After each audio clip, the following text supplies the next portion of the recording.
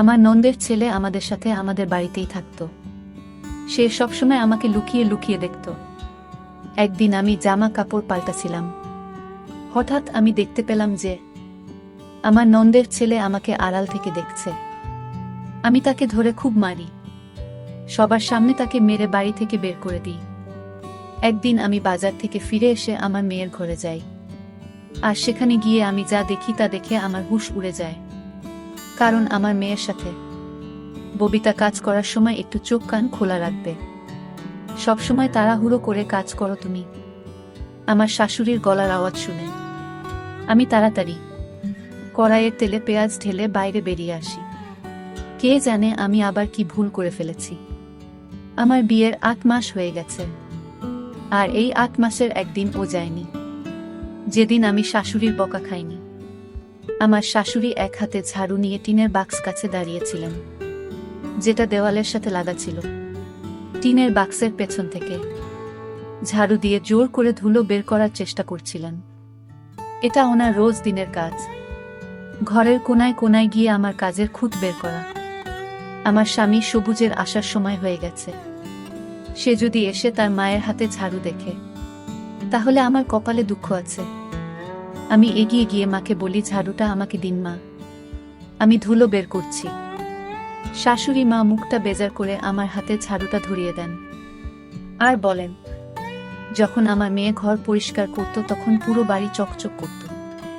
সে শ্বশুর বাড়ি চলে যাওয়ার পর থেকে বাড়ির চমকটাই নষ্ট হয়ে গেছে।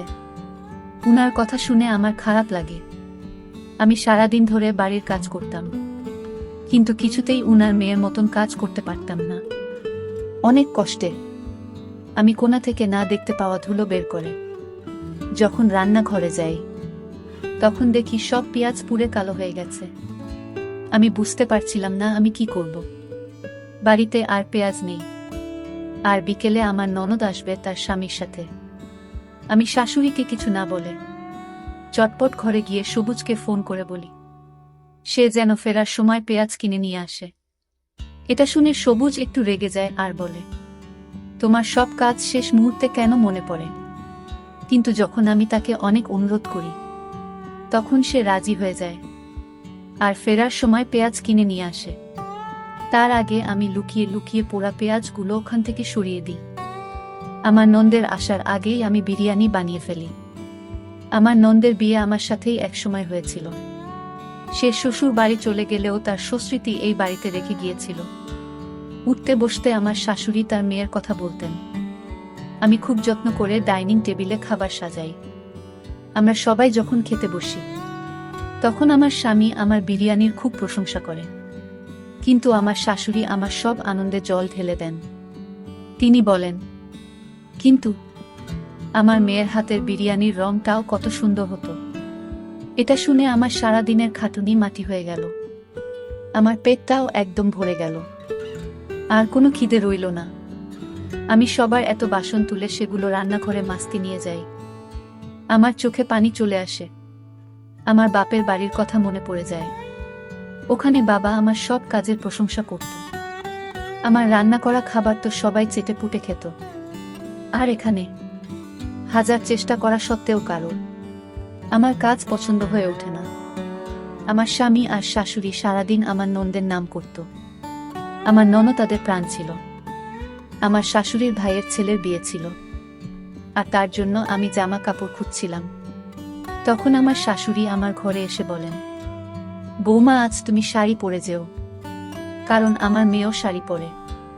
এটা শুনে আমি চিন্তায় পড়ে যাই। আমি শাড়ি সামলাতে পারি না, কিন্তু আমি এটা বুঝতে পারছি না যে আমার ননদ শাড়ি পরছে বলে আমাকেও কেন শাড়ি পরতে হবে। সবুজ অফিস থেকে ফিরে আমার গোমরা মুখ দেখে জিজ্ঞেস করে, কি হয়েছে তোমার? আমি বলি, মা আমাকে শাড়ি পরতে বলেছেন।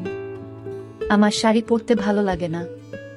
হাজার চেষ্টা করে পুরো শরীর ঢাকা সত্ত্বেও আমার মনে হয় যে আমার চেহারাটা পুরো ঢাকা পড়ে না। সবুজ এসে বলে, তুমি শাড়ি পরো না, শাড়ি শুধু আমার বোনকেই মানায়। এটা শুনে আমার খুব রাগ হয়। আমি জেদ করে শাড়ি পরি, আর কোনো রকমে তুলতে তুলতে বিয়ে বাড়িতে গিয়ে পৌঁছায়। ওখানে গিয়ে আমি জানতে পারি যে আমার ননদ গর্ভবতী। সে খুশি হয়ে সবাইকে এই খবরটা শোনাচ্ছিল। এটা শুনে আমিও খুশি হই, কিন্তু কিছুক্ষণ পর আমার সব আনন্দ মাটি হয়ে যায়। আমার ননদ গর্ভবতী শুনে সবাই আমাকে প্রশ্ন করতে শুরু করে যে আমি কবে গর্ভবতী হব, কারণ আমাদের একসাথে বিয়ে হয়েছিল। আমি বুঝতে পারছিলাম না সবার প্রশ্নের কি উত্তর দেব। পরের দিন আমার শাশুড়ি আমাকে ডাক্তারের কাছে নিয়ে যান। তারপর জানা যায় যে আমার কিছু সমস্যা, যার চিকিৎসা হওয়ার পরেই আমি মা হতে পারব। বাড়িতে এসে আমার শাশুড়ির সারা বাড়ি মাথায় তোলে। আমি ঘরে দরজা বন্ধ করে বসে থাকি। সবুজ আমাকে এই নিয়ে কিছু বলে না, কিন্তু সবাই আবার আমার নন্দের প্রশংসা করতে থাকে। আমার শাশুড়ি তার জন্য অনেক রকমের রান্না করতেন। আমাদের বাড়ি থেকে তার জন্য খাবার, ফল, জুস সব যেত, যেন মনে হতো যে তার শ্বশুর বাড়িতে কিছুই নেই। শেষমেশ সেই দিনটা আসে যেদিন আমার নন্দের একটা ফুটফুটে ছেলের জন্ম দেয়। আমার নন্দের ছেলে অনেক ছোট বয়স থেকেই আমাদের বাড়িতে থাকত। আমার নন্দের স্বামী কাজে যাওয়ার সময় তাকে আমাদের বাড়িতে দিয়ে যেত, আর ফেরার পথে তাকে নিয়ে যেত। আমার ননদ ঘর আর বাচ্চা দুটো একসাথে সামলাতে পারত না, তাই সে তার ছেলেকে আমাদের বাড়িতে পাঠিয়ে দিত। সেই ছোট বাচ্চাটাকে আমি খুব ভালোবেসে ফেলি। আমার শাশুড়ি মায়ের বয়স হয়েছিল, উনার ক্ষমতা ছিল না এত ছোট একটা বাচ্চাকে সামলানোর। তাই আমার নন্দের ছেলে সেলিমের দায়িত্ব আমার ঘাড়ে এসে পড়ে। কিছুদিন পর আবার শুভ্র আসে যে আমার ননদ আবার মা হতে চলেছে। তারপর সে সেলিমকে পুরোপুরি আমার উপর ছেড়ে দেয়। আমিও সেলিমকে নিজের সন্তানের মতন বড় করতে থাকি। আমার নিজের কোনো সন্তান ছিল না, তাই আমি সেলিমকে নিজের সন্তান ভাবতাম। আমার ননদ সেলিমকে আর বাড়ি ফিরিয়ে নিয়ে যাওয়ার কথা বলে না, আর সে বরাবরের মতন আমাদের বাড়িতেই থেকে যায়। আমার সেলিমের প্রতি ভালোবাসা দেখে স্রষ্টার আমার উপর কৃত হয়। সেলিমের যখন 4 বছর বয়স তখন আমার একটা মেয়ে হয়। আমার মেয়ে হওয়ার পরেও আমি সেলিমকে নিজের কাছে রাখি আর দুটো বাচ্চাকেই একসাথে বড় করি। আমার নন্দের একের পর এক করে মোট 5টা বাচ্চা হয়, তাই তার সেলিমকে নিয়ে আর কোনো চিন্তা ছিল না। আমার শাশুড়ি সেলিমকে ছাড়া এক মুহূর্ত থাকতে পারতেন না, তাই সে আমাদের বাড়িতেই বড় হয়। দেখতে দেখতে অনেকগুলো বছর কেটে যায়। আমার মেয়ের রেশমার বয়স এখন 15 বছর, আর সেলিমের বয়স 19 বছর। আমার এখনো মনে হয় যে আমি কালকেই বিয়ে করে এই বাড়িতে এসেছি। আমার শাশুড়ি মায়ের বয়স হয়েছে, উনি আজকাল ঘর থেকে খুব একটা বের হন না। আমাদের দিনকাল ভালোই কাটছিল। একদিন আমি খাটে বসে চা খাচ্ছিলাম আর রেশমা আমার পাশে বসে বই পড়ছিল। আমি তাকে জিজ্ঞেস করি, কি ব্যাপার রেশমা, আজকাল তোর সেলিম দাদা তোকে পড়াশোনায় সাহায্য করে না? রেশমা মাথা নাড়ে আর বলে, আজকাল আমার সেলিম দাদার ব্যবহার ভালো লাগে না। ও কেমন বদলে গেছে, তাই ওর সাথে কথা বলতে আর তেমন ইচ্ছে করে না। ওর সাহায্যের আমার কোনো প্রয়োজন নেই, আমি নিজেই পড়ে নেব। এটা শুনে আমার হাসি পায়। ভাই বোনের মধ্যে এরকম ঝগড়া তো হয়েই থাকে, কিন্তু আমি দিন দিন লক্ষ্য করি যে তাদের মধ্যে দূরত্ব বাড়তেই আছে। আগে ওরা সবসময় একসাথে থাকত, কিন্তু আজকাল সেলিম যেখানে থাকে সেখানে রেশমা যেতেও চায় না। আমি রেশমাকে অনেক বোঝানোর চেষ্টা করি, কিন্তু সে বলে, মা তুমি সেলিম দাদাকে ভালোভাবে জানো না, ও এখন অনেক পাল্টে গেছে। আমি রেশমাকে তার মতো ছেড়ে দিই আর ভাবি যে পরে ওকে আমি বুঝিয়ে বলবো। আজকাল প্রায় সে আমার কাছে সেলিমের নামে নালিশ করে, কিন্তু আমি সেলিমের বদলে তাকে বোঝাই, কারণ আমার সেলিমের প্রতি বিশ্বাস ছিল। সে আমার চোখের সামনে বড় হয়েছে। আমি আর আমার শাশুড়ি মা তাকে বড় করে তুলেছি। আমাদের শিক্ষায় সে বড় হয়েছে, তাই সে কখনোই খারাপ হতে পারে না, এটা আমার বিশ্বাস ছিল। কিন্তু এই কয়েকদিন আমিও সেলিমের মধ্যে একটা পার্থক্য লক্ষ্য করছি। ও সারাদিন আমার উপর নজর রাখত। সেলিম আমার ছেলের মতো ঠিকই, কিন্তু সে আমার স্বামী নন্দের ছেলে, তাই আমি ওর সামনে ঘোমটা দিয়ে থাকতাম। ও যখন কলেজ থেকে ফিরত তখন রান্না ঘরের বাইরে বসে আমাকে কাজ করতে দেখত। ওর নজরটা আমার ভালো লাগে না। আমার তখন মনে হয় যে রেশমা হয়তো ঠিকই বলছে, সেলিম বড় হয়ে গেছে, তাই হয়তো রেশমা ওর থেকে দূরে থাকতে চায়। একদিন আমি সবুজকে বলি, আমাদের এখন সেলিমকে তার মায়ের কাছে পাঠিয়ে দেওয়া উচিত। একটা কম বয়সী ছেলেকে আমাদের বাড়িতে রাখা ঠিক নয়। এটা শুনে সবুজ অবাক হয়ে যায় আর বলে, হঠাৎ তোমার মাথায় এমন একটা খেয়াল এলো কেন? সেলিম তো ছোটবেলা থেকেই এখানেই বড় হয়েছে। আমার বোন তো ওর দিকে ফিরেও তাকায়নি। তাহলে এখন আমি তাকে আমার বোনের কাছে কেন ফেরত পাঠাবো? তুমি কি ভুলে গেছো যখন রেশমা হয়নি তখন সেলিম আমাদের একমাত্র সন্তান ছিল? তার তো কথা শুনে আমি চুপ হয়ে যাই। এই কথাটা একদম সঠিক যে আমার মেয়ে হওয়ার আগে পর্যন্ত আমি সেলিমকে কোলে নিয়ে নিজের মা হওয়ার শখ মেটাতাম। কিন্তু আজকাল সেলিমকে নিয়ে আমার খুব ভয় হয়। ওই যে কথায় বলে না, নিজের রক্ত সব সময় নিজেরই রক্ত হয়। আর সেলিম আমার নিজের ছেলে নয়। তখন গরমকাল ছিল, দুপুরে খুব চড়া রোদ উঠেছিল। ছেলে মেয়েরা সব কলেজ থেকে ফিরে এসে যে যার মতো নিজের ঘরে চলে গেছিল। আমি ছাদে কাপড় কাচতে যাই আর সব কাপড় কেচে যখন আমি নিচে নেমে আসি তখন আমার গা পুরো ঘামে ভিজে গেছিল। আমি ভাবি যে রাতের খাবার বানানোর আগে আমি কাপড়টা বদলে ফেলি। আমি ঘরে গিয়ে কাপড় বদলাতে শুরু করি। হঠাৎ আমার মনে হয় যে কেউ আমাকে দেখছে। আমি পেছনে ঘুরে দেখতেই ঘরের জানালাটা বন্ধ হয়ে যায়। আমি হতবাক হয়ে তাকিয়ে থাকি, জানালাটা খোলে। কেউ একটা আমাকে কাপড় বদলাতে দেখছিল। ওই জানালাটা আমাদের আম বাগানের পাশেই।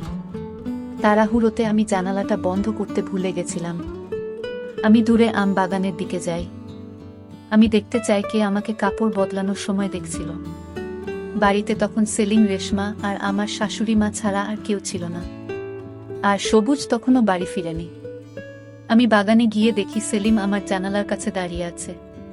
তখন আমি চোখে অন্ধকার দেখছিলাম। আমার বিশ্বাস হচ্ছিল না যে যেই ছেলেটাকে আমি ছোটবেলা থেকে কোলে পিঠা করে বড় করেছি সে এতটা নিচে নামতে পারে কি করে। সে আমাকে জামা কাপড় বদলানোর সময় লুকিয়ে লুকিয়ে দেখছিল। আমাকে দেখে সেলিম চমকে উঠে আর ওখান থেকে চলে যাওয়ার চেষ্টা করে। তখনই আমি ওকে ধরে মারতে শুরু করি। আর আমি ওকে মারতে মারতে ঘরের ভিতরে নিয়ে আসি। সবুজ তখন অফিস থেকে বাড়ি ফিরে এসেছিল। বাড়িতে ঝামেলা দেখে সে হতবাক হয়ে যায়। আমি সেলিমকে নিয়ে গিয়ে সবুজের পায়ের কাছে ধাক্কা মেরে ফেলে দিই। আর সবুজকে বলি, জিজ্ঞেস করো তোমার আদরের বোনের ছেলেকে, সে আমার ঘরের জানালার বাইরে কি করছিল। সবুজ বলে, ববিতা তুমি শান্ত হও, এত চেঁচামেচি করার কি আছে? আমি রেগে বলি, তোমার বোনের ছেলে তো আজ তার সব সীমা ছাড়িয়ে গেছে। সে অনেকদিন ধরে আমাকে খারাপ নজরে দেখছিল।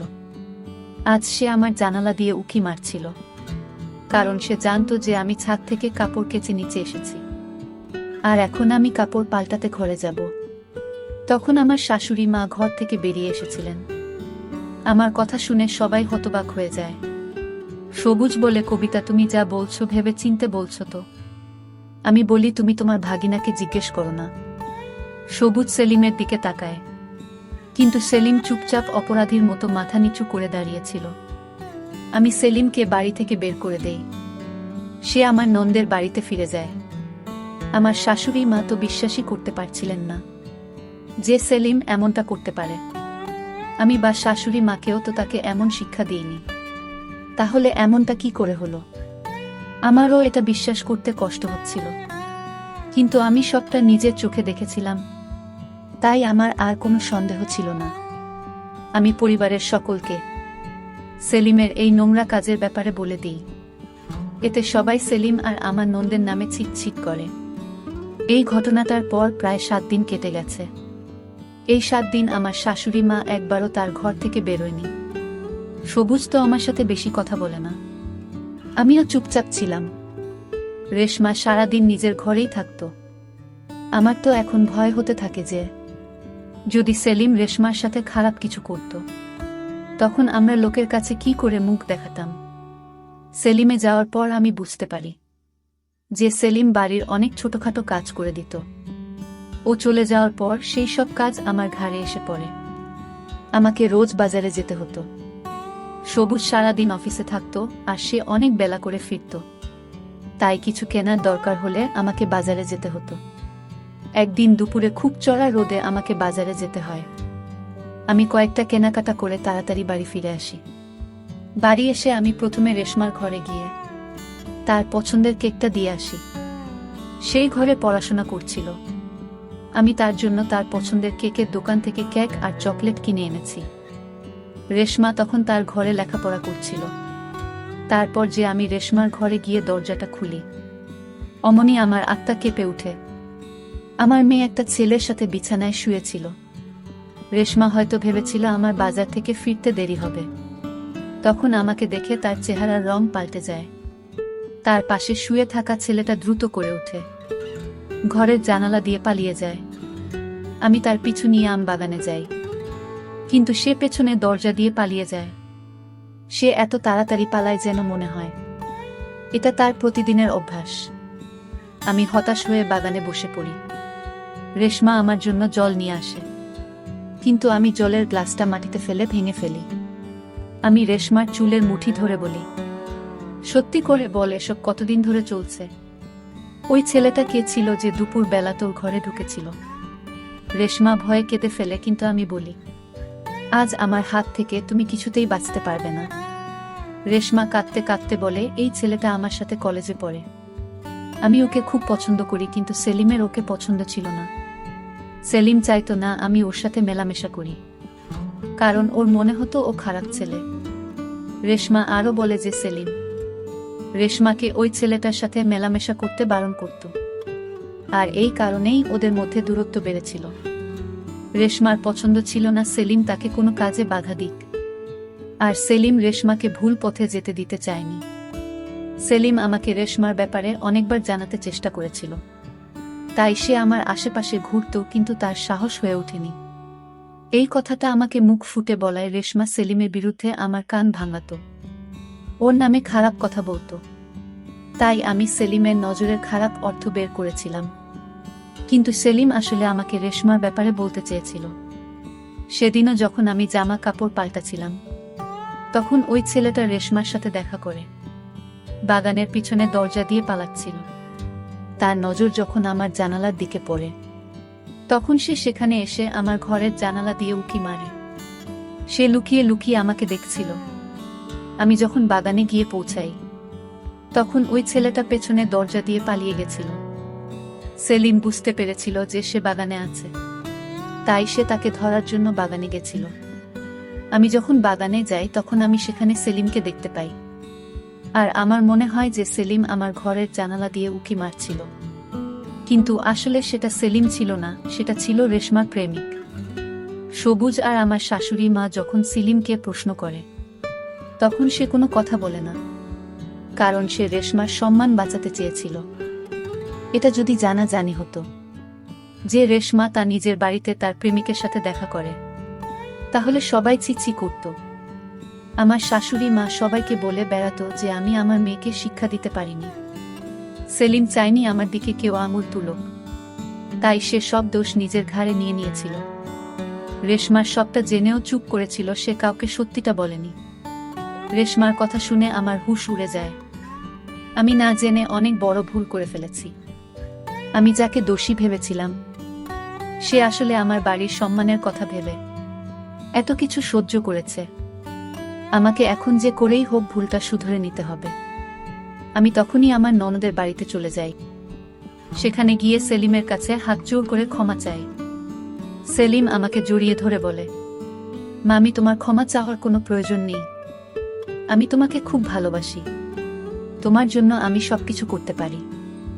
আজ সেলিম প্রমাণ করে দিল যে ভালোবাসার সম্পর্ক রক্তের সম্পর্কের থেকে অনেক বড় হয়। আমি বাড়ি ফিরে সবুজ আর আমার শাশুড়ি মাকে সবটা খুলে বলি। আমি সেলিমের সাথে অন্যায় করেছি, তাই তারা আমাকে যে শাস্তি দেবে আমি মাথা পেতে নেব। কিন্তু সবাই আমাকে ক্ষমা করে দেয়। এখন আমাকে আর সবুজকে রেশমার ভুল পথে যাওয়া থেকে আটকাতে হবে, নইলে হয়তো সামনে অপমান আর বড় কোনো বিপদের আশঙ্কা হতে পারে। তো বন্ধুরা, আজকে এই পর্যন্তই। গল্পটি ভালো লাগলে লাইক, কমেন্ট, সাবস্ক্রাইব করে সাথেই থাকুন।